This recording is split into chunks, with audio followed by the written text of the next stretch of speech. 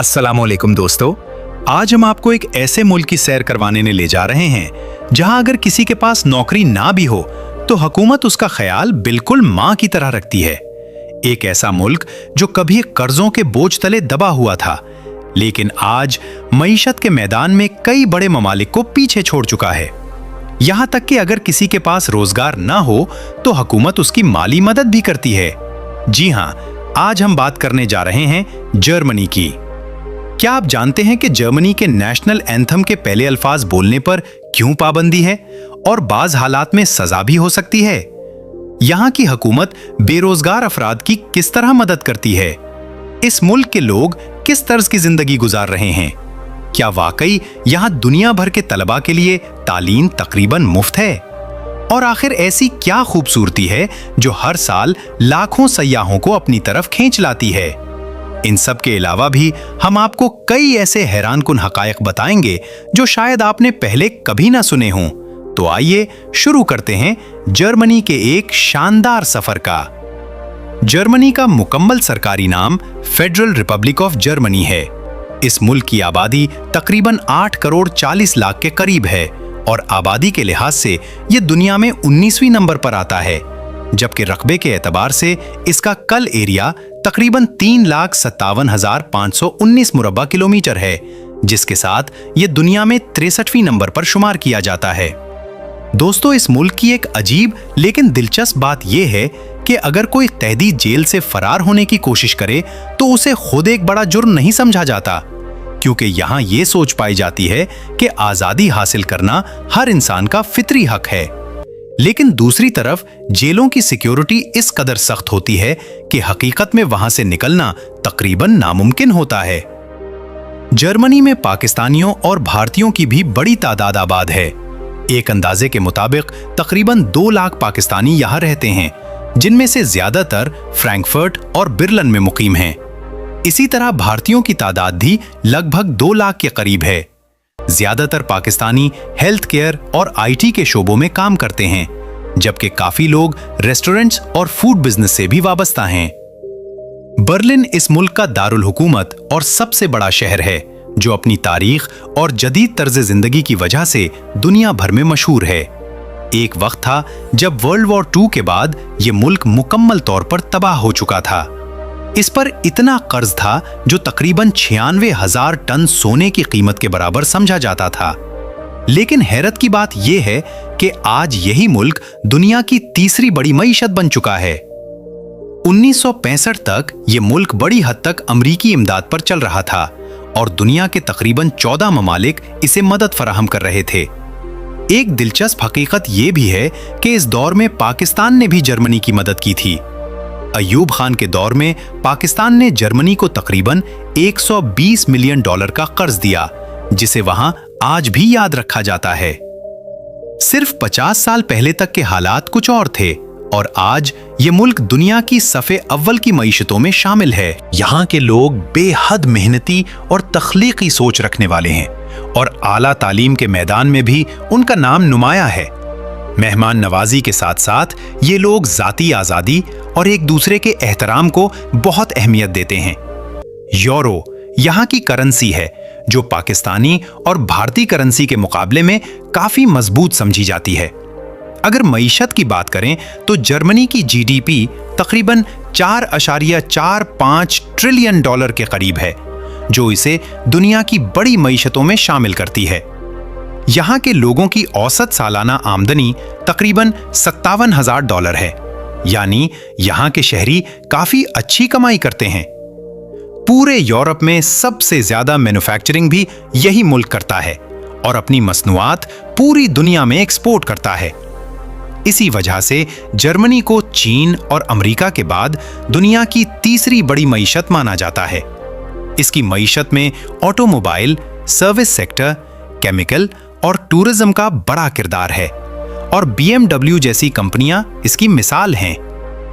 एक वक्त था जब जर्मनी हर चीज से ऊपर है जैसे नजरिए को बुनियाद बनाकर एडोल्फ हिटलर ने कौम में बर्तरी का एहसास पैदा किया और इसी सोच ने वर्ल्ड वॉर 2 को जन्म दिया, जिसमें 6 करोड़ से ज्यादा लोग मारे गए। आज के जर्मनी में ऐसे नारों और नजरियात पर सख्त पाबंदी है ताकि माजी की गलतियों को दोबारा ना दोहराया जाए।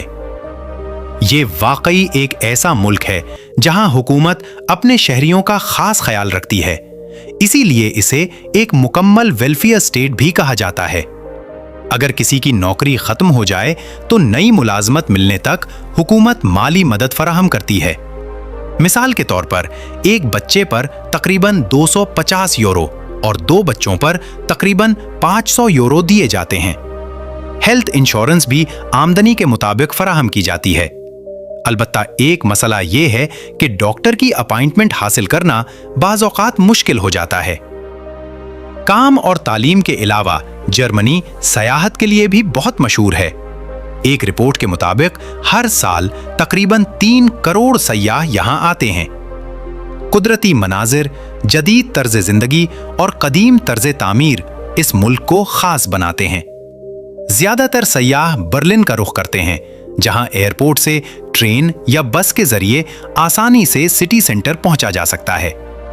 इस शहर की नाइट लाइफ भी यूरोप भर में मशहूर है, जहां रात भर क्लब्स और दीगर मकामात खुले रहते हैं।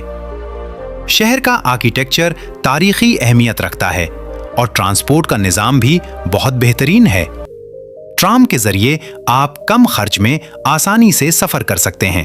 तकरीबन 3 यूरो में 120 मिनट तक की सवारी मिल जाती है। ये शहर सफाई के हवाले से भी मिसाल है, जहां आपको कहीं कचरा नजर नहीं आएगा। इसकी एक बड़ी वजह यह है कि लोग प्लास्टिक और शीशे की खाली बोतलें मखसूस मशीनों में डालकर पैसे हासिल करते हैं, जिससे सफाई भी बरकरार रहती है और लोगों को फायदा भी होता है। ताहम इस मुल्क की एक हकीकत यह भी है कि यहाँ हमजिन्स परस्ती आम पाई जाती है, जो इसके मुआशरती निज़ाम का एक हिस्सा बन चुकी है। अगर आप जर्मनी जाना चाहते हैं तो जर्मन ज़बान सीखना बहुत ज़रूरी है, क्योंकि यहाँ अंग्रेज़ी आम नहीं बोली जाती और ना ही लोग उसे ज़्यादा तरजीह देते हैं। चाहे आप मकामी शहरी हों या बैरून मुल्क से तालीम हासिल करने आएं, यहाँ तालीम तकरीबन मुफ्त है। अलबत्ता एक शर्त रखी गई है कि आपको 1 साल के लिए तकरीबन 10 से 12 हज़ार यूरो जमा करवाने पड़ते हैं। जब आप वहां पहुंच जाते हैं तो हुकूमत हर माह तकरीबन 1100 यूरो वापस देती रहती है, ताकि आप अपने अखराजात खुद पूरे कर सकें और मुल्क पर बोझ न बने। यहाँ रिहाइश हासिल करना सबसे मुश्किल कामों में से एक है, क्योंकि किराए काफी ज्यादा हैं और अक्सर लोगों को शहर से बाहर घर लेना पड़ता है। एक आम कमरे का माहाना किराया तकरीबन 1000 यूरो तक हो सकता है, जबकि खाने पीने पर तकरीबन 300 यूरो, मेडिकल इंश्योरेंस पर 100 यूरो और दीगर अखराजात मिलाकर कुल माहाना खर्च तकरीबन 1300 यूरो तक पहुंच जाता है। इस मुल्क का एक मशहूर वीजा जॉब सीकिंग वीजा है, जो तकरीबन 6 माह के लिए दिया जाता है। इसके लिए भी आपको अपने अखराजात के बराबर रकम जमा करवानी पड़ती है और जैसे ही आपको नौकरी मिलती है वो रकम आपको वापस मिल जाती है।